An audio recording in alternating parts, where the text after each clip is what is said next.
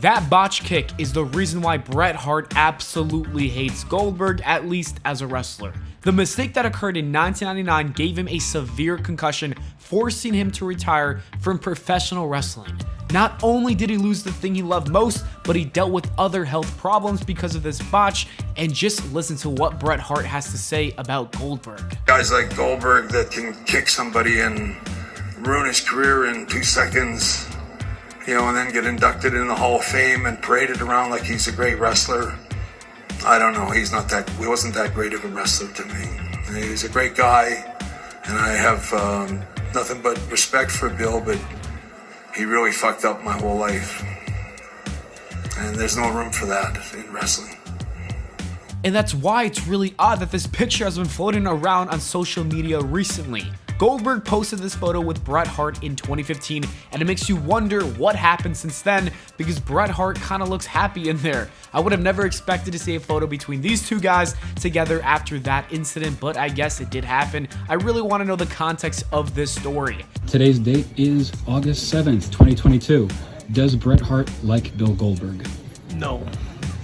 In my opinion, I feel like Bret Hart has got to let go. I understand the situation sucks, but you gotta realize that Goldberg was not intentionally trying to hurt you. It was a mistake, and I know he's mad because he feels like Goldberg wasn't properly trained and whatnot, but mistakes happen. That is life, unfortunately, and I don't think it's healthy for Bret Hart to continue to hold this animosity towards Goldberg. So I think he's gotta let it go. Sasha Banks just teased a potential return to wrestling. A few days ago, she posted this photo on her Instagram story showing off a bunch of wrestling gear, and it looks like she's getting back in the ring for some sort of training. I think we are very close to Sasha Banks and Naomi return, and as we all know, I'm a big fan of Sasha Banks, so I am excited. With War Games coming up, there wouldn't be a better place to make a comeback, so I hope that Sasha Banks and Naomi team up with Bianca Belair to battle against Damage Control, because that needs to happen. It would be fire. Kurt Angle revealed that he nearly returned to pro wrestling when he had a meeting with Tony Khan. AEW wanted to bring him into the company, however, the plans fell through because Kurt's asking price was too high. Angle wanted $300,000 per match for 10 matches. The man really wanted $3 million, and I respect the grind. You gotta respect it. It would have been good for him to secure that bag. However, Tony Khan did not agree to the terms. Regardless, it is probably best for him to stay retired because he's done enough for this business. He put his body on the line, and it's time for him to rest and just chill out. Can we talk about how impressive this was by Rhea Ripley? Gallows into the post. Rhea Ripley's collecting. Luke Gallows. Oh my God! Oh my God! You've got to admit, that was really cool, and Triple H is already booking her like the star she was meant to be, and you love to see it.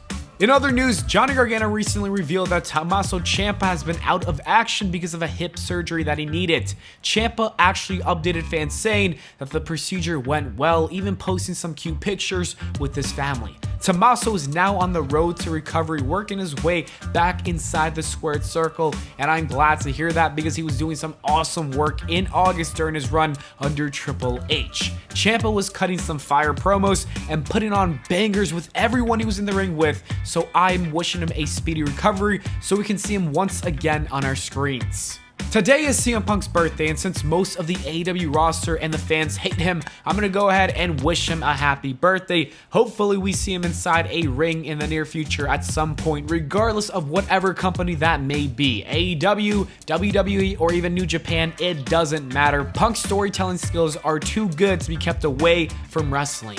Speaking of AEW, Tony Khan was on the Busted Open radio today, and he had some words to say about criticism he's been receiving when it comes to some of his matches not having any stories around them. This is what he said. And there's this perception that like every match on every show should have a long storyline build to why it takes place.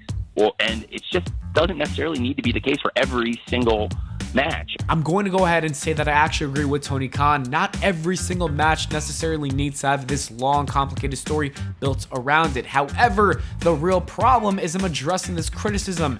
I've said this since 2020, and it seems to continue to be a problem. AEW focuses too much on criticism. They can't handle it well whatsoever. Tony Khan's really got to learn how to manage this business without taking everything to heart. Vince McMahon has never addressed any nonsense throughout his professional career, and Tony Khan should really do the same. Anyways, that is it for the video, guys. Thanks so much for watching, and I'll see you all in the next one.